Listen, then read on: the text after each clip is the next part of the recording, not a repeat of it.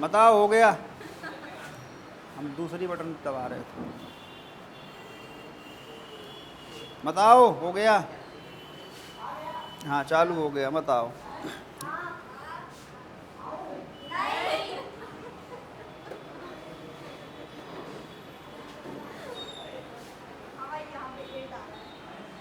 Timer चालू हो गया ना, तो टाइमिंग चालू हो गई ना। हाँ बस, तो बैठ जाओ, बैठ जाओ। ए तू क्यों बैठा है ये बता। पढ़ा रहे ना केमिस्ट्री उधर। हाँ वहाँ केमिस्ट्री चालू है बच्चा।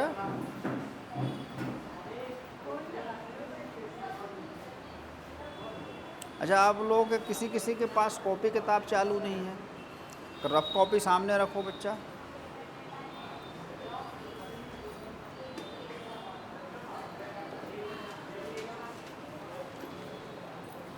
एक भी दिन पढ़ा था? क्या पढ़ा था?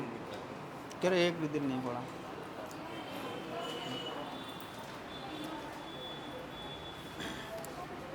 तो आज का हमारा टॉपिक क्या रहेगा?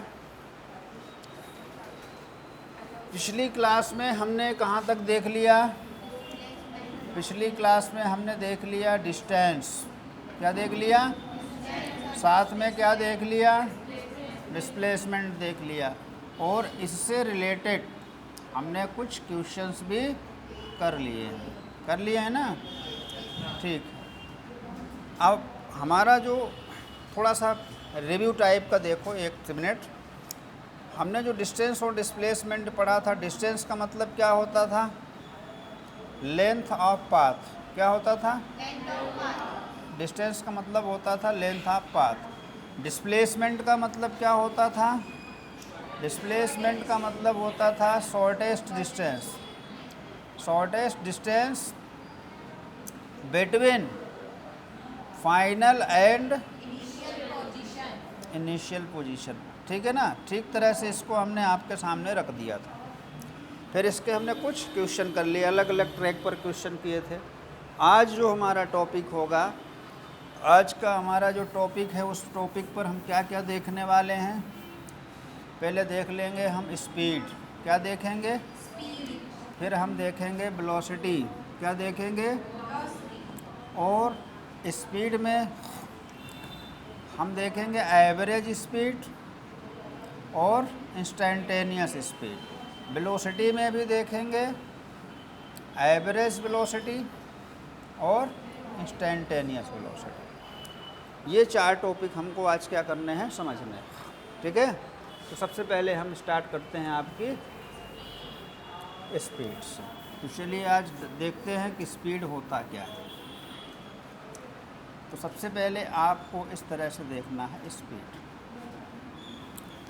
स्पीड का मतलब होता है कि कोई भी ऑब्जेक्ट कितनी फास्ट अपने डिस्टेंस में चेंज कर रहा होता है ना? इसको सरल सी भाषा में जैसे क्या बोलते हैं? रफ्तार बोलते हैं। क्या बोलते हैं? रफ्तार। कोई भी ऑब्जेक्ट कितनी रफ्तार से क्या कर रहा है? आगे बढ़ रहा है।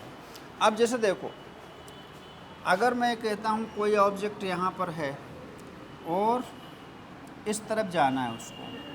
अब ये देखो, यहाँ से आगे की तरफ बढ़ेगा। अब ये हम इस तरह से, अब ये छोटा सा एक इंटरवल है। अगर कोई ऑब्जेक्ट एक सेकंड में इतनी डिस्टेंस ट्रेवल कर लेता है और कोई ऑब्जेक्ट एक सेकंड में इतनी डिस्टेंस ट्रेवल कर लेता है, तो किस ऑब्जेक्ट की रफ्तार ज़्यादा है? एक सेकंड में इतनी डिस्टेंस ट्रेवल करता है, चलो ये 20 मीटर हो गया और ये हो गया 2 मीटर। एक सेकंड में एक ऑब्जेक्ट 20 मीटर ट्रेवल कर रहा है और एक सेकंड में एक ऑब्जेक्ट 2 मीटर ट्रेवल कर रहा है। कौन सा ऑब्जेक्ट फास्ट ट्रेवल कर रहा है? जिसने एक सेकंड में 20 मीटर डिस्टेंस ट्रेवल कर लिया है, उसी को क्या बोल रहे हैं हम? ज़्यादा फास्ट चल रहा है। तो फास्ट चल रहा है या फास्ट नहीं चल रहा है, वो ये बताता है। उसको मेजर करते हैं पर second distance travelled by object, distance travelled by object, यानी कोई ऑब्जेक्ट पर सेकेंड में कितनी डिस्टेंस ट्रेवल करता है वो उसकी रफ्तार या स्पीड होती है। तो इसको किस तरह से कहा गया, इसको इस तरह से कहा गया कि the rate of change, rate of change in distance, the rate of change in distance by any object, कोई भी ऑब्जेक्ट का डिस्टेंस चेंज करने का रेट। अच्छा, किसी किसी के दिमाग पे ये बातें नहीं जाती क्योंकि उसमें क्या लगा हुआ है, मैथ्स लगी हुई है, मैथमेटिकल डेफिनेशन हो गई। रेट ऑफ चेंज किस में चेंज, डिस्टेंस में, है ना। Rate of change in distance by any object, इसको दूसरे तरीके से अपनी लैंग्वेज में रख सकते हैं। The distance travelled by object, देखो ध्यान से, the distance travelled by object in unit time. Unit time का मतलब, चलो 1 सेकेंड मान लो, आप किसी भी ऑब्जेक्ट की स्पीड को ज़रूरी नहीं है सेकेंड में ही ऑब्जर्व करें, आप 1 सेकेंड में कितनी डिस्टेंस चलता है वो भी ऑब्जर्व कर सकते हैं, 1 मिनट में कितनी डिस्टेंस चलता है वो भी ऑब्जर्व कर सकते हैं, और एक पूरे आवर में कितने डिस्टेंस ट्रेवल करता है वो भी ऑब्जेक्ट कर सकते हैं। तो आप कह सकते हैं कि 1 मीटर मतलब कितने मीटर 1 सेकेंड में चला, कितने मीटर 1 मिनट में चला, है ना, कितने किलोमीटर 1 आवर में चला। तो आप इस डिस्टेंस के ऑब्जर्वेशन को किसी भी टाइम में देख सकते हैं, बस टाइम क्या होना चाहिए, यूनिट होना चाहिए। यूनिट मतलब या तो 1 सेकेंड होना चाहिए, या 1 मिनट होना चाहिए, या 1 आवर होना चाहिए। तो पर सेकेंड, पर आवर, है ना, पर मिनट, डिस्टेंस चेंज करने का जो ऑब्जर्वेशन है, रेट है, उसी को हम क्या बोलते हैं, स्पीड बोलते हैं। अब देखो स्पीड को इस तरह से लिख सकते हो आप, speed equals to distance upon time. एक जनरल फार्मूला आपको बहुत पहले से दिखता आ रहा होगा, इस क्लास नहीं 8-9 क्लास से आपको ऐसा एक फार्मूला दिखता आ रहा होता है कि स्पीड इक्वल्स टू होता है डिस्टेंस अपॉन टाइम। ठीक है ना, क्या चलता है इसमें, डिस्टेंस। थोड़ा इसके यूनिट वगैरह के लिए हम इसी तरह से इसको ऑब्ज़र्व करेंगे। अब ये स्पीड देखो क्या चेंज हो रहा है, डिस्टेंस, तो इसको यूनिट कैसी होगी। अब देखो यूनिट ज़रूरी है, कौन सी यूनिट देखना आपको, SI देखना। कौन सी यूनिट देखना, SI, मतलब हमारे पास जो सिस्टम ऑफ इंटरनेशनल वाली यूनिट उसी की तरफ नज़र डालते हैं। डिस्टेंस की SI यूनिट क्या होती है, टाइम की क्या होती है, तो इसको कैसे पढ़ते हैं, मीटर पर सेकंड, मीटर। अब ज़रा इसका पॉइंट मतलब इमेजिन करो, मीनिंग क्या होती है, तो मीटर पर सेकंड। देखो हमने यहाँ लिखा 1 मीटर पर, इसका मतलब होता है कि ऑब्जेक्ट 1 सेकंड में कितना चला। अब अगर मैंने यहाँ लिख दिया 10 मीटर पर सेकंड, तो इसका मतलब क्या होता है, 1 सेकंड में 10 मीटर चला। हमने लिख दिया 25 मीटर पर सेकंड, इसका मतलब 1 सेकंड में 25 मीटर चला। अगर मैं इसी को लिख दूं कि 60 किलोमीटर पर आवर, इसका मतलब क्या हुआ, 1 आवर में 60 किलोमीटर चला, है ना। मैं लिख दूं 3 लाख किलोमीटर पर सेकंड, इसका मतलब क्या हुआ, 1 सेकंड में 3 लाख। कोई ऐसी अब चीज़ है जो इतना चल सकती है, यस, लाइट। लाइट की स्पीड यही होती है क्या। अब इसको ऐसे नहीं लिखते, ऐसे लिख देते 3 × 10⁸ मीटर पर सेकेंड। अब देखो इसको मीटर को किलोमीटर में बदल के देख लेना, तो SI यूनिट ऑफ स्पीड क्या हो गई, अब देखो, अगर केवल लेंथ होती तो उसको हम किस में मेजर करते हैं? मीटर में। अगर टाइम होता है तो किस में मेजर करते हैं? सेकंड में। और यहाँ पर टाइम और डिस्टेंस दोनों इन्वॉल्व हो रहे हैं, यानी कितने मीटर पर सेकंड ऑब्जेक्ट चल रहा होता है, वो उसकी क्या होती है? स्पीड होती है। क्या होती है? पता चल गया। स्पीड की यूनिट हमेशा क्या लिखा करेंगे? मीटर। इन प्रैक्टिकली हम practical unit kilometre per hour भी लिखेंगे, कोई परेशानी नहीं है। हम सेंटीमीटर पर सेकंड भी लिख सकते हैं, कोई ऑब्जर्वेशन मतलब कोई गड़बड़ नहीं है ना। ये CGS हो गया, सेंटीमीटर पर लेंथ की CGS सेंटीमीटर, सेंटीमीटर पर सेकंड, है ना। हम मीटर पर मिनट भी देख सकते हैं, 1 मिनट में कितने मीटर ट्रेवल किया ये भी देख सकते हैं, 1 मिनट में कितने किलोमीटर ट्रेवल किया ये भी देख सकते हैं। ये सब प्रैक्टिकल्स यूनिट हो गई। फीट पर सेकंड, कितने फीट 1 सेकंड में चला ये भी देख सकते हैं। तो हम डिस्टेंस को, रफ्तार को अलग अलग स्केल में देख सकते हैं। पर ये जो 2 स्केल हैं, एक मीटर पर सेकंड और ये दूसरा जो स्केल है आपका सेंटीमीटर पर सेकंड, इसको SI बोलते हैं और इसको CGS बोलते हैं। ठीक है, डिस्टेंस समझ में आया? अब ये तो डिस्टेंस है।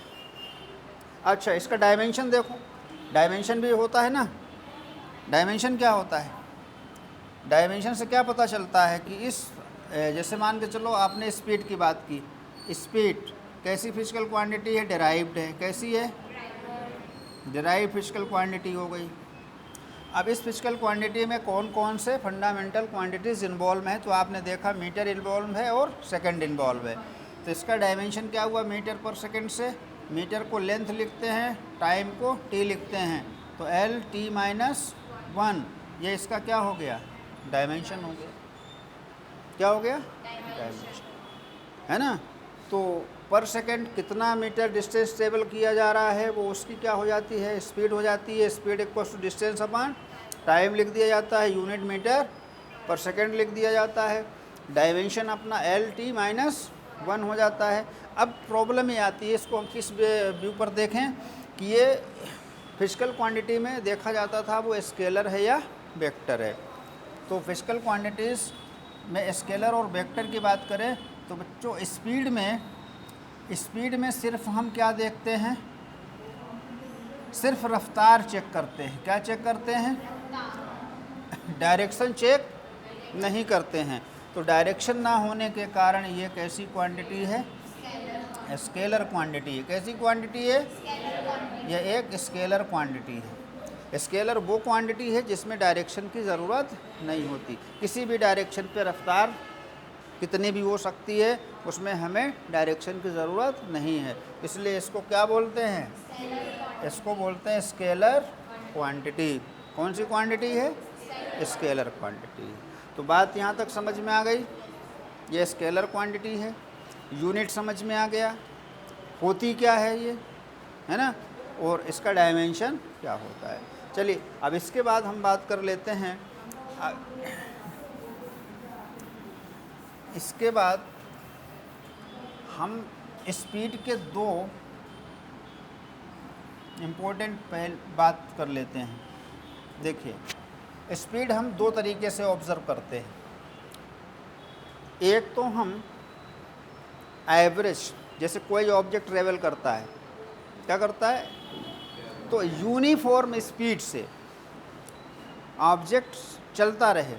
यूनिफॉर्म का मतलब होता है कि एक जैसी स्पीड से ऑब्जेक्ट चलता रहे।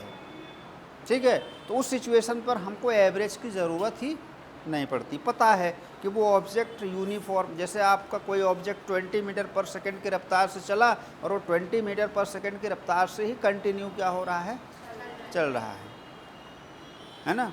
तो उस समय हमको एवरेज स्पीड की ज़रूरत, हर टाइम इंटरवल पर, हर इंस्टेंट पर उसकी स्पीड वही है। जैसे अर्थ रिवॉल्व अराउंड द सन, अर्थ सन के चारों तरफ चलती है। क्या लगता है आपको कि अर्थ सन के चारों तरफ यूनिफॉर्म स्पीड से चलती होगी या स्पीड बदल बदल के चलती होगी? तो ऐसी स्टडी तो हमको नहीं लगता कि ठीक है ना। ऐसी स्टडी देखो, एक छोटी सी बात यह है, जैसे मान लो ये सन है, क्या है ये?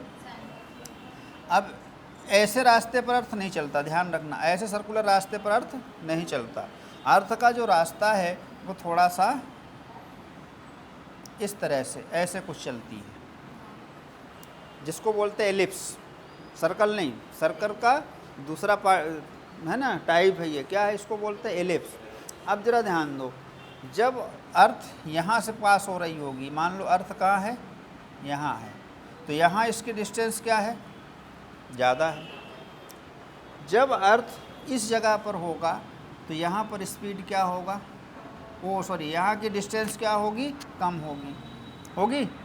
अब देखो, जब अर्थ क्या होता है, सन से दूर होता है, तो उस समय उसकी स्पीड कम होती है, और जब अर्थ सन के पास से गुजरती है उस समय उसकी स्पीड ज़्यादा होती है। तो आप ये नहीं कह पाएंगे कि अर्थ का रोटेशन का स्पीड हर जगह क्या है। अब पता चल गया। अब इस सिचुएशन पर अर्थ कहीं ज़्यादा स्पीड से चल रही होगी और कहीं, है ना, लेकिन उसका टाइम क्या है, फिक्स है। टाइम क्या है, देखो मान लो यहाँ से स्टार्ट के चलना, अब यहाँ पर ऐसे कुछ स्पीड से चल रही होगी, फिर यहाँ तेज़ हो गई होगी, फिर यहाँ फिर धीमी हो गई होगी, फिर कम स्पीड हो गई होगी, फिर पास आ रही, फिर स्पीड बढ़ गई होगी, और रास्ता तो हर बार वही है घूमने का।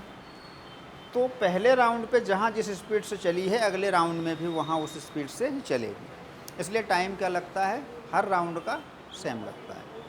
अब ऐसा होता कि पहली बार यहाँ धीमी चली और यहाँ तेज़ चली, अगली बार यहाँ तेज़ चले यहाँ धीमा चले, ऐसा नहीं हो सकता। इसलिए एक बार में जो टाइम लग गया वही हर बार टाइम लगता रहेगा। अब यहाँ पर कोई भी ऑब्जेक्ट कभी किसी स्पीड से चलता है, कभी किसी स्पीड से चलता है, लेकिन पूरी जर्नी का अगर आपको स्पीड जानना है उसको, तो आप कैसे बताएंगे? तो उसको कहा जाता है एवरेज स्पीड। पूरी जर्नी का जो स्पीड होता है, उस पूरी जर्नी में आप उसकी स्पीड को देखेंगे तो क्या कहलाएगा, ठीक है ना। यानी आपका कोई भी ऑब्जेक्ट 50 किलोमीटर ट्रेवल करके आया, कहाँ से, कहीं से भी, A to B 50 kilometre travel किया, कहीं पर उसकी स्पीड कम है, कहीं उसकी स्पीड ज़्यादा है, कहीं उसकी स्पीड कम है, कहीं पर वो रेस्ट में आ गया। अब वो 50 किलोमीटर की टोटल जर्नी में अगर आपसे उससे क्वेश्चन करोगे कि आप किस स्पीड से इस जर्नी को कंप्लीट किए हो, तो क्या बोलेगा, 40 किलोमीटर पर आवर बोलेगा या 20 किलोमीटर पर आवर बोलेगा? क्या वो पूरे टाइम एक जैसी स्पीड से चलता रहा? नहीं। तो उस कंडीशन पर आपको क्या देखना पड़ता है, एवरेज स्पीड। और एवरेज स्पीड क्या कहता है, एवरेज स्पीड में होता क्या है, एवरेज स्पीड का फार्मूला कहता है कि टोटल डिस्टेंस कितना ट्रेवल हुआ, टोटल डिस्टेंस कितना ट्रेवल हुआ है, और उस जर्नी में टोटल टाइम कितना लगा है। इस फार्मूले को एवरेज स्पीड के लिए परमानेंट रख लेंगे अपन। क्या नाम लिखा है इधर, देख लो ध्यान से। एवरेज स्पीड निकालने के लिए सबसे पहले तो आपको ये देखना पड़ेगा टोटल, और टोटल मान लीजिए प्लेस A से प्लेस B की डिस्टेंस कितनी है, मान लो 200 किलोमीटर है। अब कोई भी पर्सन, कोई भी ऑब्जेक्ट इसको 5 घंटे में यानी 5 आवर में कंप्लीट किया है। चलो 1 घंटे वो रास्ते में कहीं रुक करके आप रेस्ट भी किया होगा, इससे हमको कोई लेना देना नहीं है। अपन को ये और ये दो प्लेसेस के बीच का टोटल जर्नी का टाइम देखेंगे, कितना लगा, टोटल डिस्टेंस कितना ट्रेवल किया।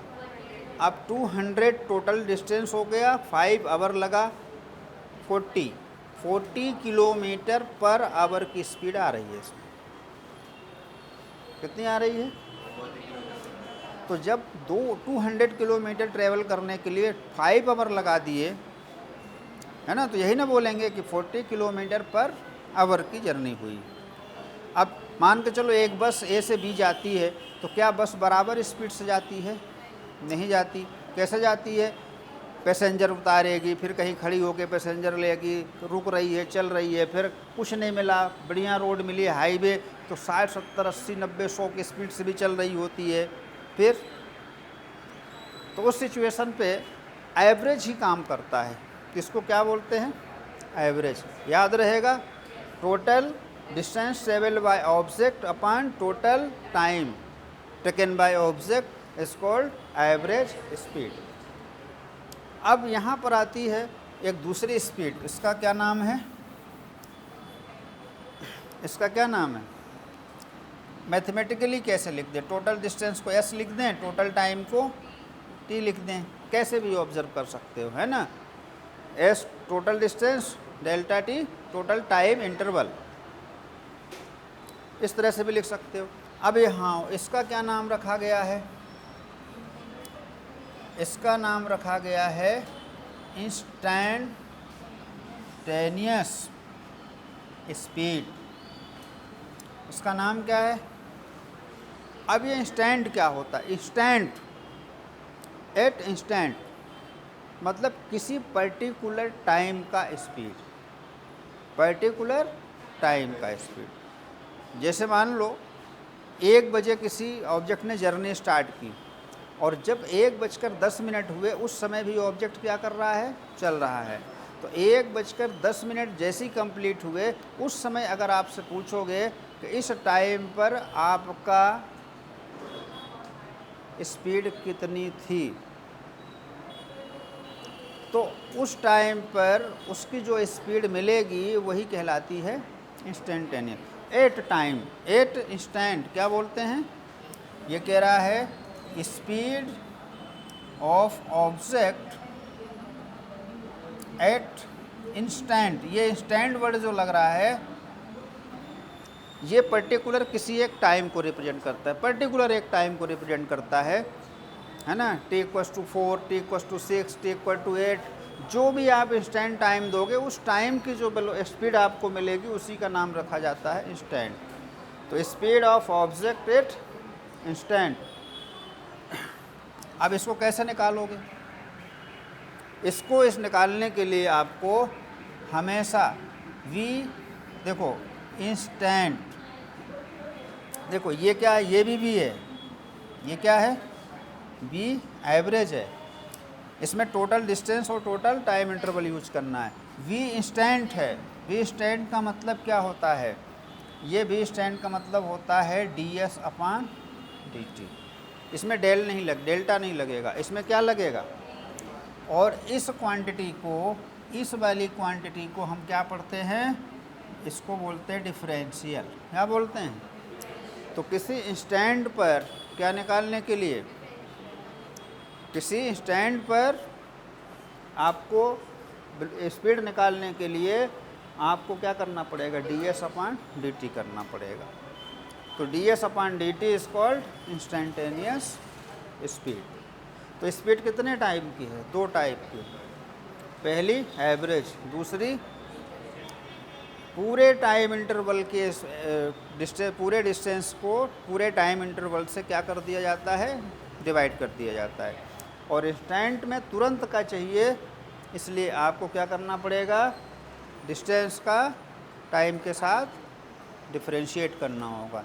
तो इंस्टेंटेनियस की कहानी जब भी आएगी तब हमको क्या सीखना पड़ेगा? डिफरेंशियल। विदाउट डिफरेंशियल इस तरफ जाना पॉसिबल नहीं है, एट इंस्टेंट, है ना। अब जैसे मान लो हमने कहा एक ऐसा कुछ लिखा है 3t+4, क्या लिखा है? देखो ध्यान से, हाँ 3t+4 क्या लिखा है? 3t+4। अब इसमें आपसे पूछा जा रहा है कि इंस्टेंट t=2 सेकेंड पर, t=2 सेकेंड पर ऑब्जेक्ट की पोजीशन क्या होगी? ये x क्या है? पोजीशन है। x क्या है? x क्या है? पोजीशन है। आपसे कह रहा है instant position at t=2, position at t=2 second. 2 second पर, यानी जर्नी स्टार्ट होने से ठीक 2 सेकंड पर, दूसरे सेकंड में 2 सेकंड में पोजीशन क्या होगी, तो आप यहाँ क्या डाल दोगे, 3 × 2 + 4, 10 मीटर की पोजीशन आ रही है ना। अब इसी में आपसे पूछा जाए कि इसकी एवरेज पोजीशन क्या है, तो एवरेज पोजीशन में आपको एक टाइम नहीं दिया जाएगा, आपको इनिशियल टाइम को भी देखना है। इनिशियल टाइम क्या हो गया, मान लो t = 0 to t = 2 ऐसा लिख रहा है। जब ऐसा लिखा हो तो हम समझ जाते हैं कि इस टाइम से इस टाइम तक की बात कर रहा है। और जब 2 टाइम दे दिया जाए तो हम अंडरस्टैंड, हमारा यही होना चाहिए कि हम क्वेश्चन पढ़ के देखें कि अगर ना भी लिखा हो कि एवरेज है कि इंस्टेंट है, तो हम टाइम देख करके ऑब्ज़र्व करें। कह रहा इन 2 सेकेंड, इन 2 सेकेंड और एट 2 सेकेंड में फ़र्क क्या है, इन और एट का फ़र्क क्या है। इन का मतलब होता है, जैसे मान लो 0 से 2 बोल रहा है, इन 2 सेकेंड बोल रहा है, इन 2 सेकेंड बोल रहा है, इसका मतलब 0 इन्वॉल्व है, 0 से 2 सेकेंड कह रहा है। और अगर 8 2 सेकेंड कह रहा है, इसका मतलब सिर्फ इस 2 सेकेंड पर बात कर रहा है। तो देखो किसी किसी क्वेश्चन में हम ऑब्ज़र्व करते हैं कि एवरेज देना है या इंस्टेंट देना है। तो एवरेज देना है तो इन होगा, ध्यान रखना, और अगर इंस्टेंट देना है तो 8 होगा। तो इन और 8 में भी हम ऑब्ज़र्व करेंगे कि इंस्टेंट ये वाला देखना है कि ये वाला देखना है। तो ये 2 हमारे क्या होते हैं, एवरेज, स्पीड, है ना। अच्छा, हम अब बात करते हैं आगे बढ़कर वेलोसिटी पर। किस पर बात करते हैं, तो एवरेज समझ में, स्पीड समझ में आया, स्पीड का मीनिंग समझ में आया, स्पीड क्या है आपको समझ में आ गया, किस स्पीड से, किस रफ्तार से कोई ऑब्जेक्ट क्या हो रहा है, चल रहा है। अब अगर मैं उसमें एक पर्टिकुलर, जैसे डिस्टेंस, आपने देखा डिस्टेंस कैसा होता है, कहीं भी जाए ऑब्जेक्ट कितना चला हम कैलकुलेट करेंगे। अब कह रहा है डिस्प्लेसमेंट, डिस्प्लेसमेंट में क्या देखते हैं, कितना चला, हमसे कोई लेना देना, जहाँ से चला और जहाँ फाइनली पहुँचा उसके बीच की हम क्या देखेंगे, शॉर्टेस्ट डिस्टेंस देखेंगे, वो कहाँ कहाँ से घूम के आया।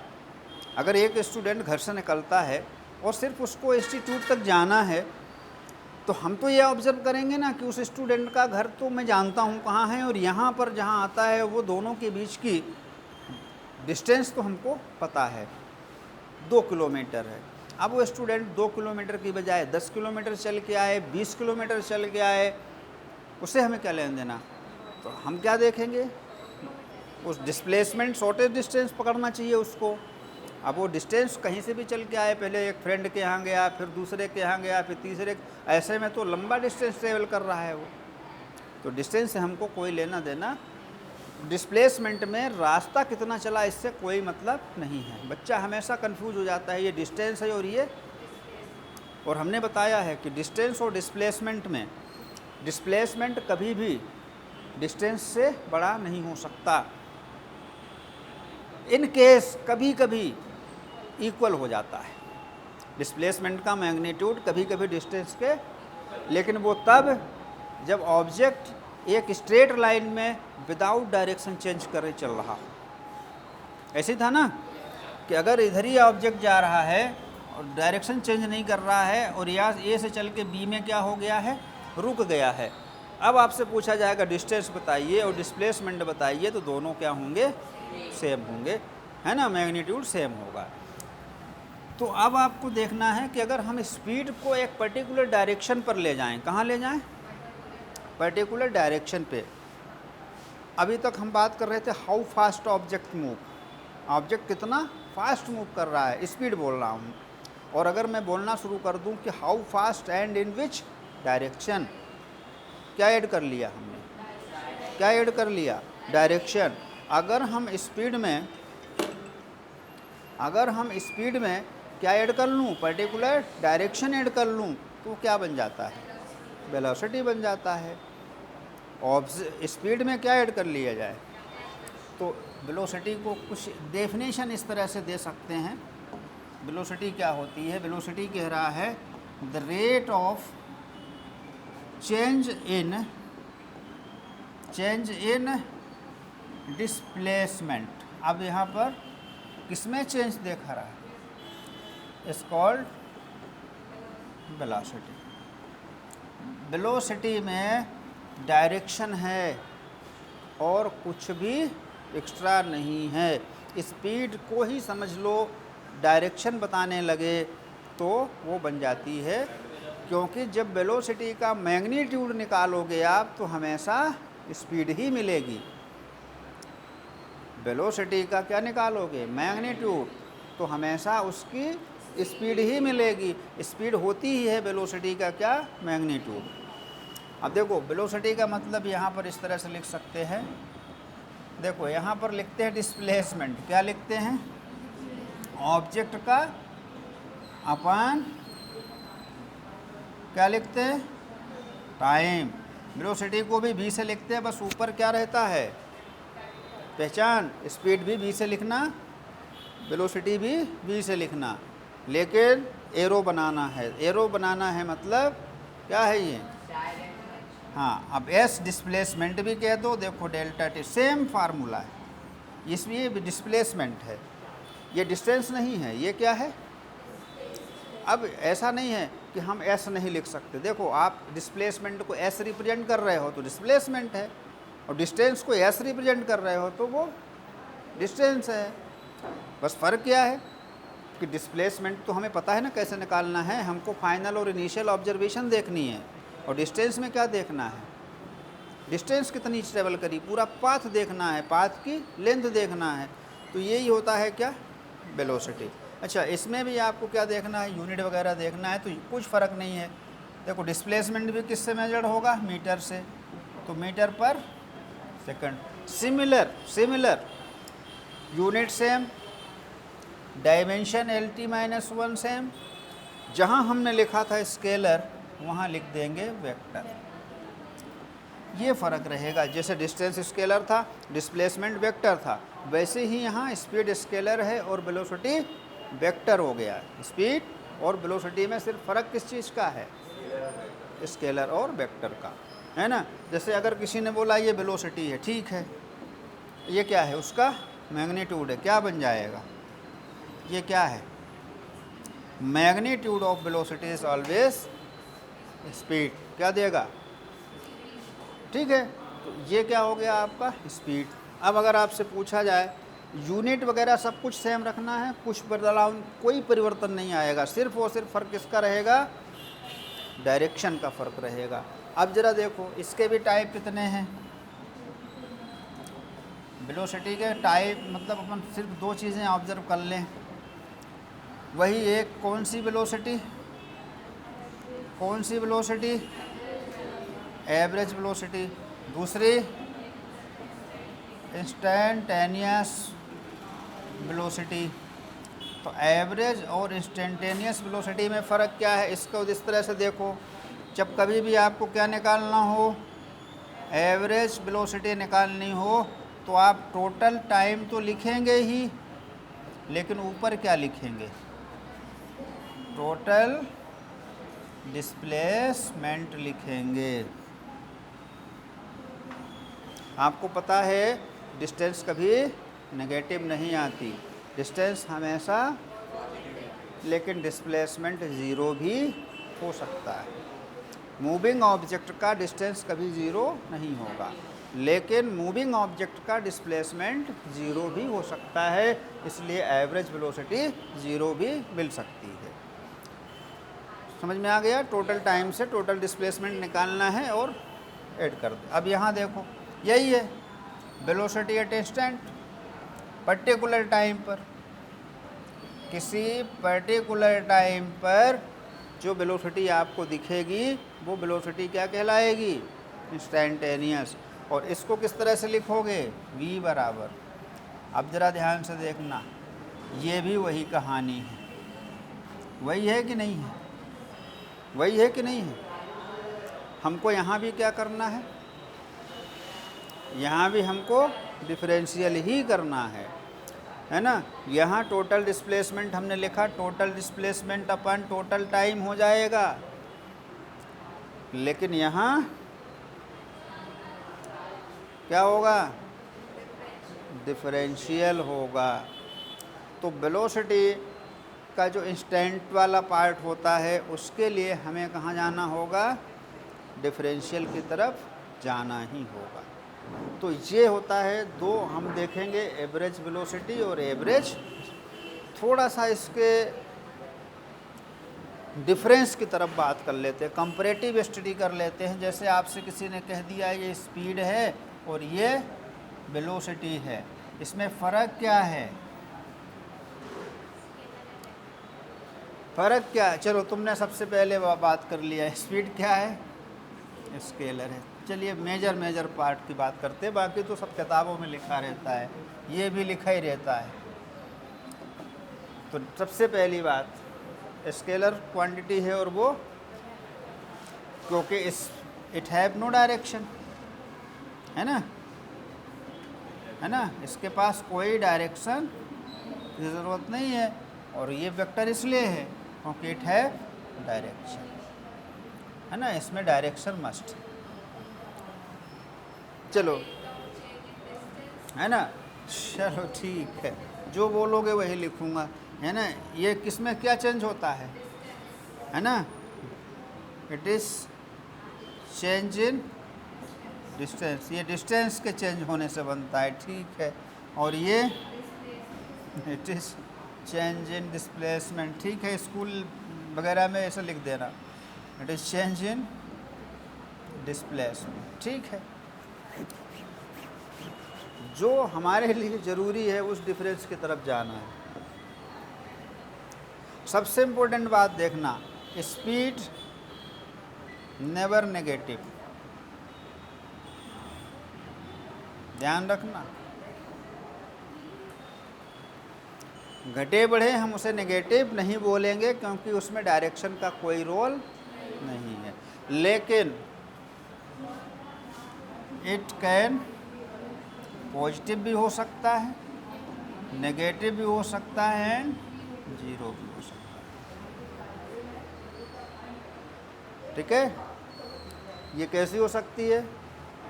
पॉजिटिव, ये पॉजिटिव भी हो सकता है और ज़ीरो भी हो सकता है ना। निकालेंगे हम, ज़ीरो भी देखेंगे कि ज़ीरो कैसे हो रहा है।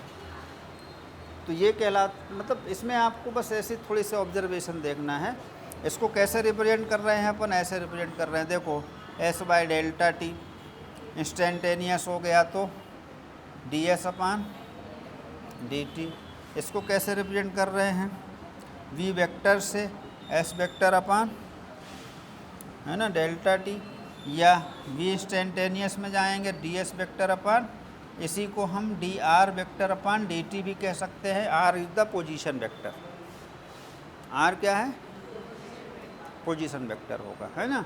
हम पोजीशन के फॉर्मेट में आई जे के टर्म में भी इसको सॉल्व कर सकते हैं। वेक्टर में आपको बताया गया आई जे के का टर्म, है ना। पोजीशन आई जे के टर्म में कैसे रिप्रेजेंट करते हैं? तो ये D R vector upon D T vector, D S vector upon D T vector, है ना। तो यही चीज़ें आपको देखना है कि डिस्टेंस, स्पीड और वेलोसिटी में मेजर फ़र्क सिर्फ किसका रहता है? बार बार बता रहा हूँ, डायरेक्शन का। किसका फ़र्क रहता है? डायरेक्शन। यानी एक वेलोसिटी में क्या क्या इंक्लूड है? वेलोसिटी में क्या क्या इंक्लूड है? वेलोसिटी में दो चीज़ें इंक्लूड हैं।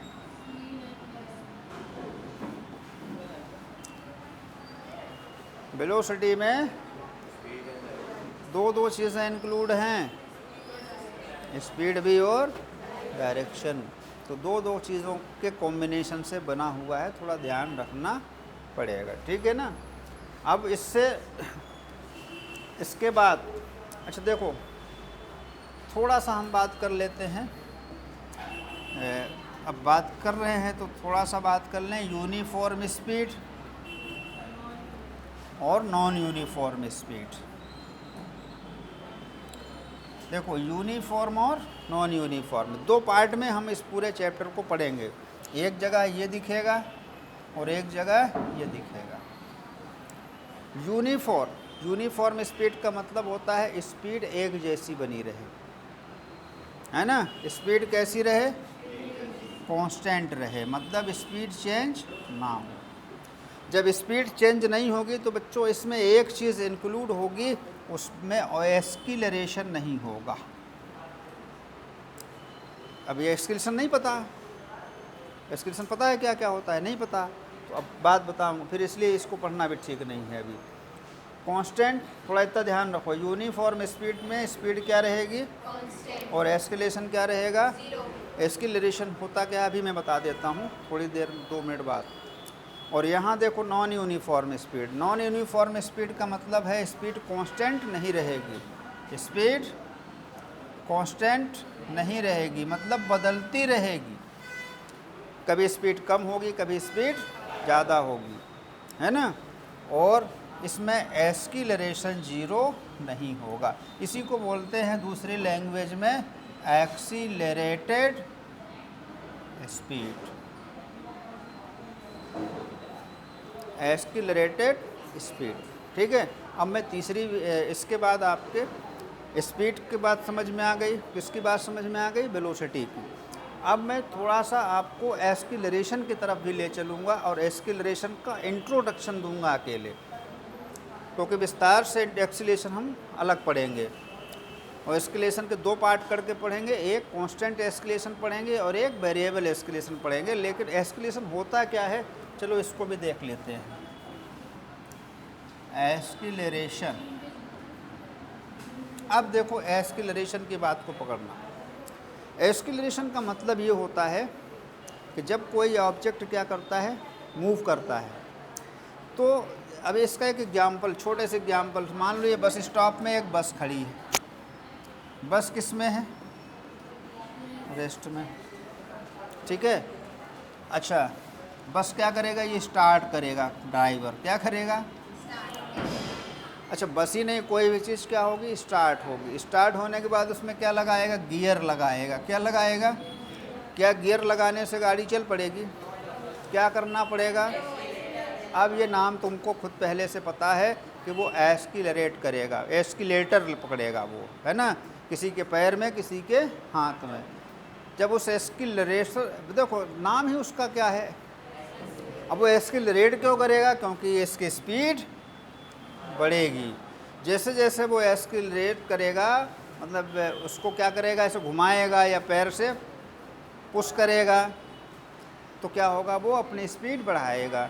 देखो उसका नाम ही यहाँ से बना हुआ है, क्या बोलते हैं, एक्सीलेटर है, टूटी फूटी लैंग्वेज बोलते हैं ना, एक्सीलेटर है ये। क्या है ये, एक्सीलेटर बना किससे, एक्सीलरेटर से बना हुआ है। तो इसका मतलब एक्सीलेटर आपकी गाड़ी क्या करता है, क्या है, स्पीड बदलता है। क्या बदलता है, स्पीड बढ़ाता भी है और कम कर दो तो स्पीड कम भी होता है। बस बात पकड़ में आ गई, वही क्या है, मतलब चेंज इन स्पीड। हालांकि अब स्पीड से चेंज भी हुआ, चेंज इन वेलोसिटी कह दो आप, क्योंकि वेलोसिटी में डायरेक्शन भी है।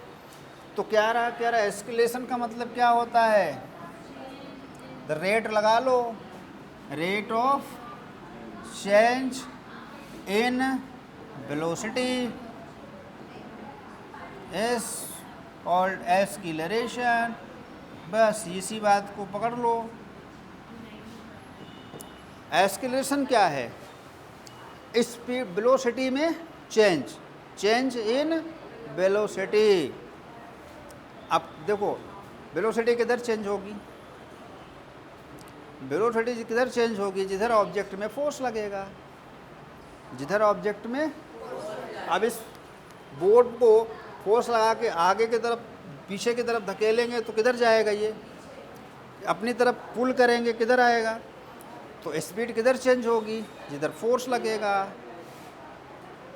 अगर फोर्स डायरेक्शन पे लगा, मोशन के डायरेक्शन पे फोर्स लग रहा है तो स्पीड बढ़ेगी, और फोर्स अगर मोशन के अपोजिट लग रहा है तो स्पीड कम होगी। फोर्स अगर मोशन के डायरेक्शन पे लगेगा तो स्पीड बढ़ेगी, और फोर्स अगर मोशन के अपोजिट लगेगा तो स्पीड घटेगी। तो इसकी स्पीड घटेगी और स्पीड बढ़ेगी भी, तो बढ़ना भी और घटना भी। ध्यान रखना, जब फोर्स ऑब्जेक्ट के मोशन के डायरेक्शन पे लगे तो वहाँ पर एक्सीलरेशन बोलेंगे। और जब फोर्स ऑब्जेक्ट के मोशन के अपोजिट लगे उस वर्ड को रिटार्डेशन बोलेंगे। रिटार्डेशन क्या बोलेंगे? नेगेटिव कुछ लोग कहते हैं negative acceleration is called retardation. नहीं, नेगेटिव एक्सीलरेशन रिटार्डेशन नहीं है। मोशन अंडर ग्रेविटी में ये बात फेल हो जाती है। रिटार्डेशन तब बोलेंगे जब ऑब्जेक्ट में फोर्स मोशन के अपोजिट लगे। तो डेफिनेट है स्पीड क्या होगी, वेलोसिटी उसकी क्या होगी, कम होगी। और जब फोर्स मोशन के डायरेक्शन पे लगेगा तो डेफिनेट ही उसका स्पीड या वेलोसिटी बढ़ेगा। तो बढ़ना क्या है?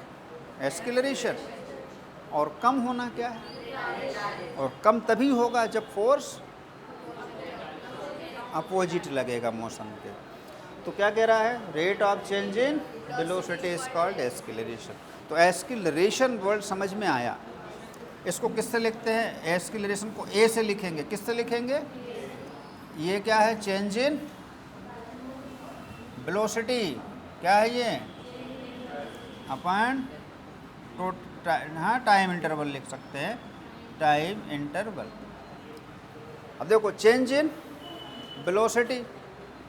अब इसके भी तो दो फंडे हैं पर अपन बाद में इसकी बात करेंगे।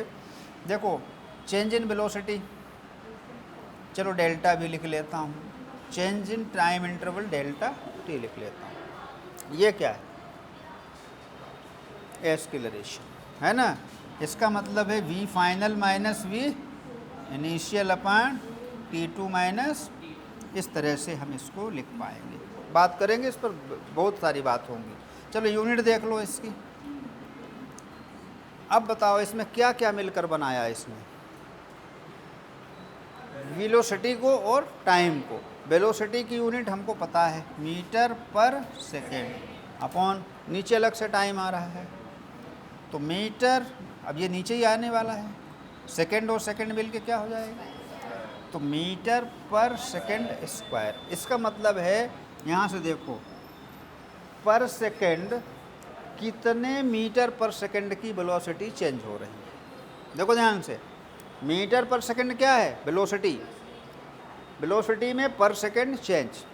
अगर देखो हमने यहाँ लिखा 2 मीटर पर सेकेंड स्क्वायर, तो इसका मतलब ये देखकर मुझे पता चला कि ये एक्सीलरेशन है।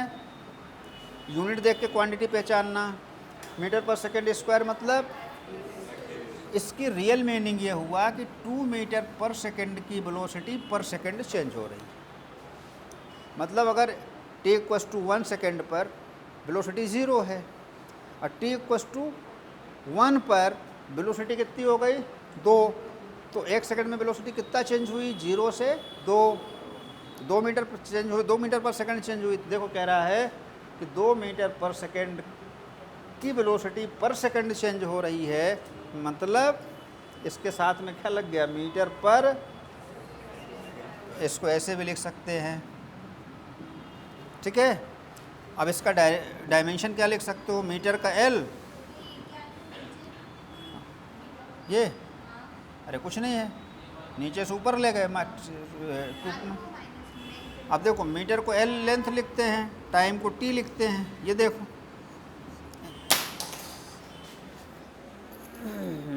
कहाँ भाग रहा है ये? हाँ देखो LT - 2 dimension formula of acceleration कब याद किया? पहले वाले चैप्टर में, डायमेंशन वाले चैप्टर में। डायमेंशन में तो सारे के सारे फिजिकल क्वांटिटीज़ हमको दिखाई दिए थे, जिसमें से ये भी शामिल था। तो इसका डायमेंशन फार्मूला क्या हो गया? LT - 2। अब इसमें देखना, इसमें डायरेक्शन है कि नहीं? बिल्कुल है। ये वेक्टर क्वांटिटी रहेगी। क्यों? क्योंकि ये किधर चेंज होगी? फोर्स के डायरेक्शन में। तो फोर्स के डायरेक्शन में चेंज होने पर इसके पास क्या है? डायरेक्शन है। इसलिए कैसी क्वांटिटी है? हाँ, बहुत हल्के में इसे नहीं लेना है, क्योंकि एक्सीलरेशन जब तक काइनेमेटिक्स मोशन चलेगा तब तक एक्सीलरेशन वेलोसिटी आपको मिलती रहेगी, चाहे वो स्ट्रेट की हो, 1D हो, 2D हो, 3D हो, सर्कुलर हो, रोटेशनल हो। वाइब्रेटरी हो, कुछ भी हो, किसी भी प्रकार का मोशन हो, एक्सीलरेशन उसके अंदर हमको पहचानना पड़ेगा। ठीक है, तो ये क्या हो गया आज का आपका। एक बार आप जल्दी से देख लें सभी कि आज हमने क्या क्या देखा। हमने देखा स्पीड, है ना। तो स्पीड का मतलब है रफ्तार, और रफ्तार का मतलब है change in distance in unit time. Unit time में डिस्टेंस ट्रेवल करने वाला, यूनिट टाइम में जितना डिस्टेंस ट्रेवल हुआ उसी को बोलते हैं हम डिस्टेंस। स्पीड, हाँ, इसकी यूनिट वगैरह देख ली। फिर स्पीड के दो टाइप देखना है अपन को, एवरेज स्पीड और इंस्टेंटेनियस। पूरे डिस्टेंस को टोटल टाइम से डिवाइड किया जाएगा और यहाँ पर एक पर्टिकुलर टाइम पर देखा जाएगा। फिर वेलोसिटी, बस स्पीड में आप क्या ऐड कर लीजिएगा, बस आपकी बन जाएगी वेलोसिटी। एवरेज और इंस्टेंटेनियस। एवरेज में हमको वही करना है, टोटल डिस्प्लेसमेंट देखना है। अब यहाँ पर जब भी कभी आपसे एवरेज वेलोसिटी की बात हो तो टोटल डिस्प्लेसमेंट चेक करना है, ना कि टोटल डिस्टेंस चेक करनी है। फिर वो किसी पर्टिकुलर टाइम पर, है ना, दोनों में थोड़ा सा डिफरेंस, और वेलोसिटी के अंदर स्पीड और डायरेक्शन दोनों ऐड रहते हैं। अब ये एस्केलेरेशन का डेफिनेशन है, एस्केलेशन का छोटा सा पार्ट है, ताकि एस्केलेरेशन हमको समझ में आए कि एस्केलेशन क्या है, स्पीड में या वेलोसिटी में चेंज है। स्पीड और, देखिए आगे चलकर एस्केलेशन को अपन देखेंगे। मोशन अंडर ग्रेविटी में एस्केलेरेशन भी देखा जाएगा, एक बढ़ेगा कब घटेगा, ये सब बात की बात होंगी। आज के लिए इतना सफिशिएंट है। कल के लिए नेक्स्ट लेक्चर में हम जो भी पढ़ेंगे ये इससे रिलेटेड पूरे के पूरे हम क्वेश्चन पढ़ेंगे। ठीक है, कुछ छटपटा रही है।